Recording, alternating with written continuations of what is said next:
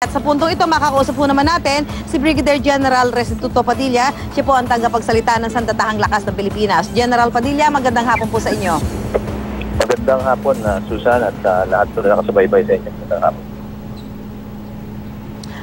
Okay, Sir General, isang linggo matapos po yung nangyaring bakbakan dyan sa Marawi City na ngayon may mga nagpapatuloy pa. Kumusta ho ang sitwasyon ngayon? At sa tingin ho ninyo, hanggang kailan pa ho ito tatagal?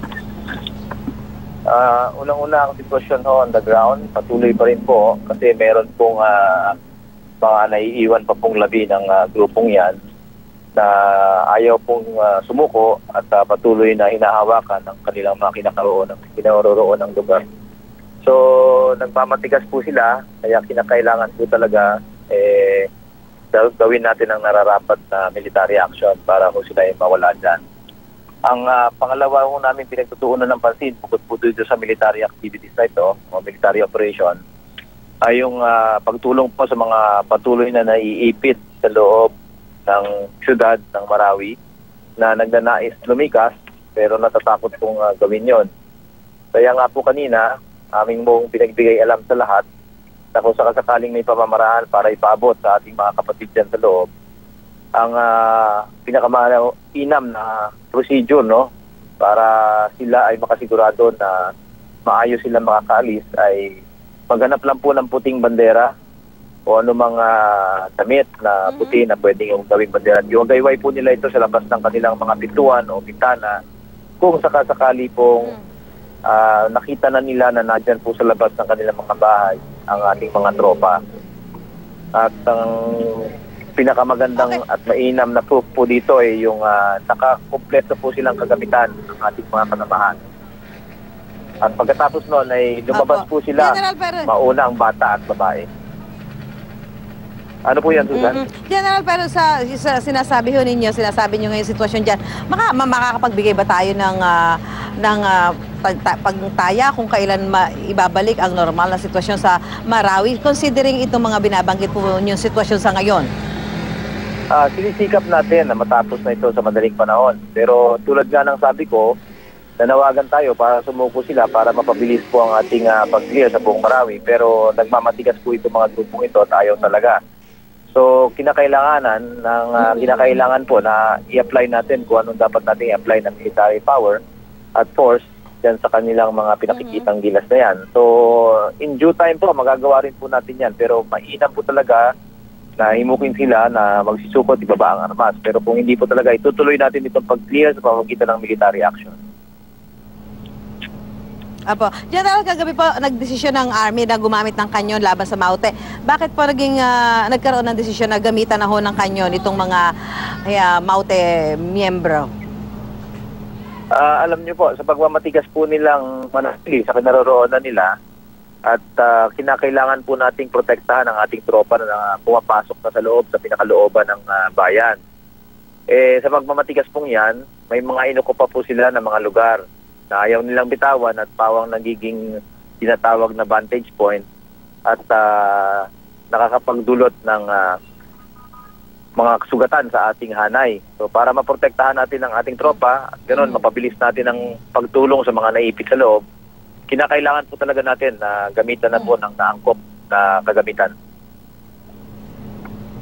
Apo.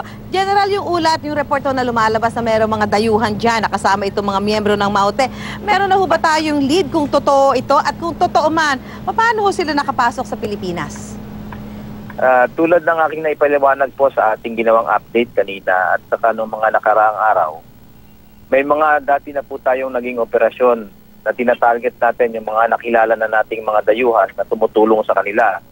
Itong usapin na to, Susan, actually hindi na ito bago sa karamihan ng ating mga kaalaman dahil nung mga nagkaroon tayo ng mga terror threats nung araw, nasabi naman natin ito at nabanggit natin na ang tumutulong gumawa ng mga bomba ay mga dayuhan galing sa labas. Kaya nga itong mga nilunsad nating operation noong araw ay nakakuha tayo ng mga pruweba sa pamamagitan ng passport, sa labi ng mga napatay nating mga dayuhan, tulad ng miyembro ng Maute na nagbigay ng spiritual guidance sa mga Maute brothers na yan, si Sanusi na Indonesian cleric, yung Singaporean at Timawian na neutralize na rin at iba pa. So bukod dun sa 8 na banggit po, may 4 pa pong dumagdag na maaaring nag-increase sa 12 itong listahan na to. At karamihan doon ay na neutralize natin sa pamagitan ng operasyon na sinagawa natin. Ngayon, dito naman sa loob ng Marawi, may mga nakuha po tayong mga impormasyon din na pinangalanan ng mga namatay dyan sa loob. 12 yung mga nakita nating pangalan at ang pangalang na ibigay sa atin, lumalabas na maaring yung 5 o 6 doon ay mga dayuhan.